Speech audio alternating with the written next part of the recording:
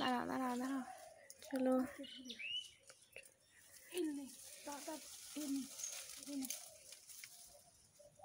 Size দেখো ফলন নিচের ওইটা বাবু কাছ থেকে নে, কাছ থেকে ওইটাকে নে, দাঁড়া ধরে তোদের কাছ থেকে নে।